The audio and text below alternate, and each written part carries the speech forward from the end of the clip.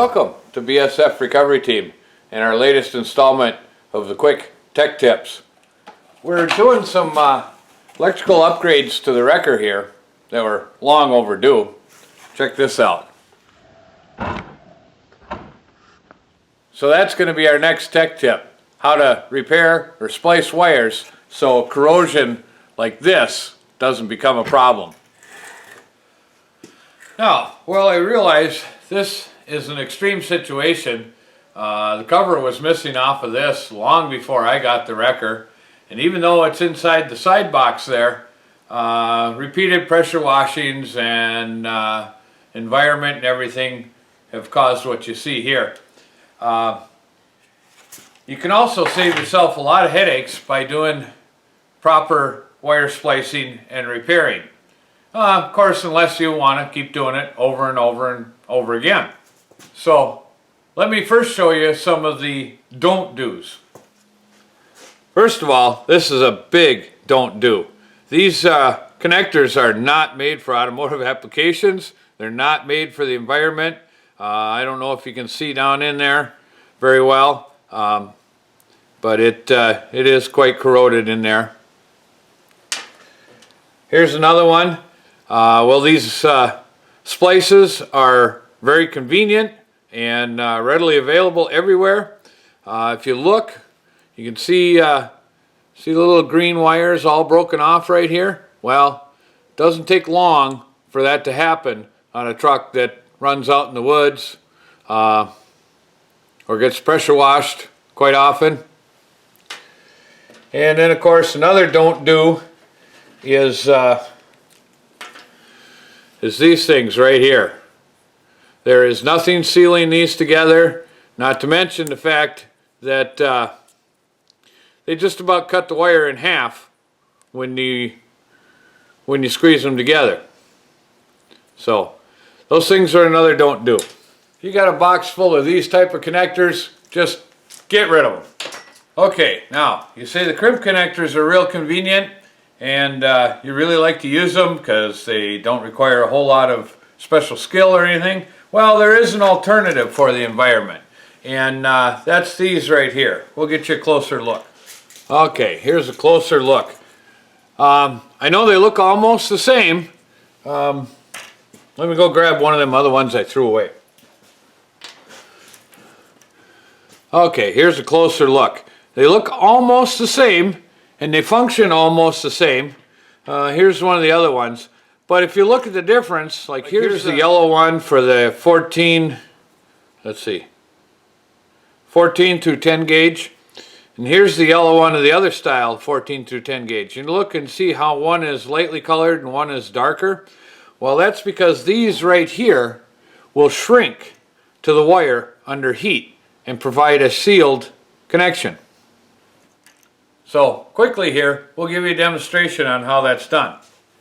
It's very simple, almost the same as the other one. Just strip the wire back a little ways, not too far. We'll use a smaller gauge one. Make sure the ends are twisted. Use the correct gauge connector for the wire. Insert and use a good quality crimping tool. Crimp it in the right spot. And then, of course, take the other end, put it in there, make sure it stays in there, and grab your crimping tool and crimp that end. Now, to finish off the process, all you need to do is apply a little heat, and the ends of that will shrink right up and provide a watertight seal.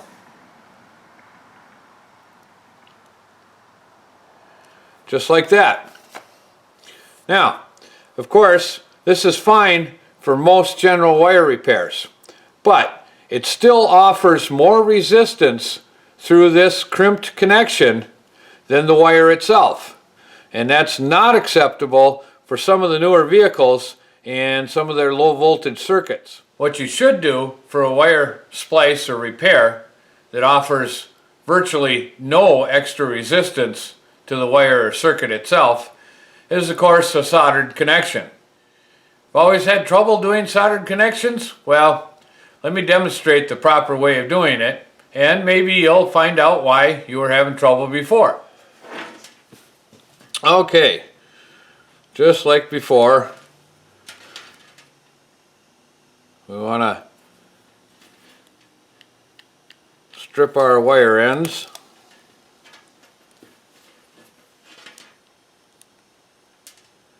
In this case, we want to strip them back a little bit farther so we can twist them together. But before you twist the two ends together, don't forget to slide your heat shrink over one of the wires. It really sucks to get it all soldered up nice and realize that you forgot your heat shrink. So we can do a little twist together here, just like that. Now, before you go and grab the old solder that you bought one time when you tried to solder a hole in a radiator that was acid core solder and big and thick like this, that's not what you want to use for electrical connections. What you want to use is a small diameter, low temperature rosin core solder like we have here in this tube. With your soldering iron nice and warmed up, what you want to do is you want to apply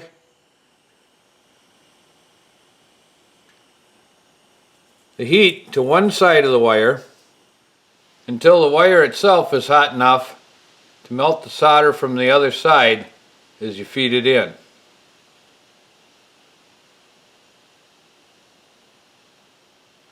That way the solder flows in nicely around all the strands of the wire and you have a good solid connection that will provide lots of continuity. Then you can take your heat shrink, slide it over the joint, and again apply some heat.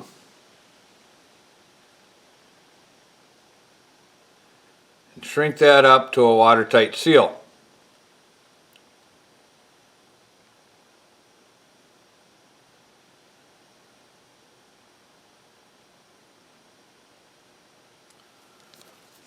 Now, there is one step that's even a little bit better than that, and we'll show you that when we show you how to join 3 wires together properly.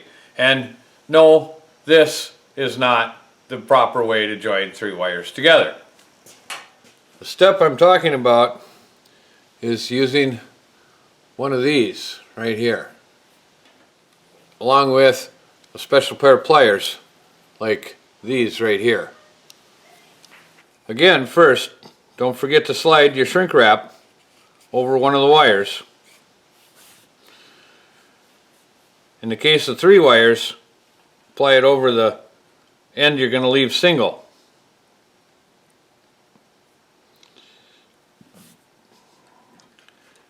Set your 3 ends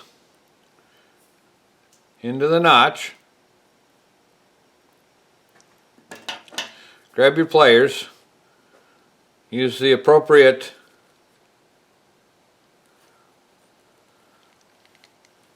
letter on the pliers to squeeze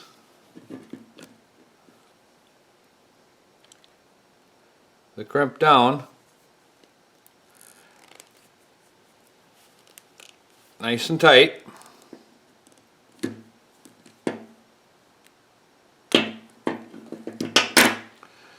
Now you have a good strong joint, but it's not quite finished yet. We still want to solder that joint. We're going to use the vise this time to give us a little helping hand. And again, what we want to do is apply the heat from the soldering iron to one side until it's hot enough to melt the solder when we apply it to the other side of the wire.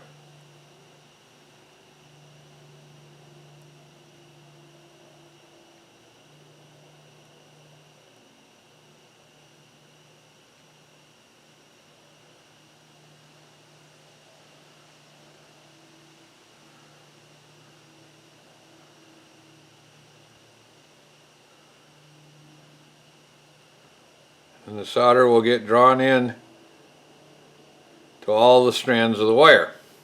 Then we can take our heat shrink, slide it over the joint,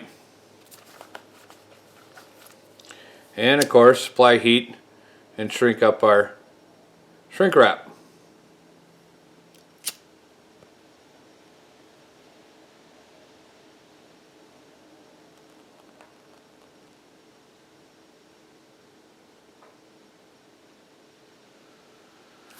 And there we have a nice, beautiful, watertight, no resistance splice. Thanks for watching BSF Recovery Team and our quick tech tips. I hope we helped you out.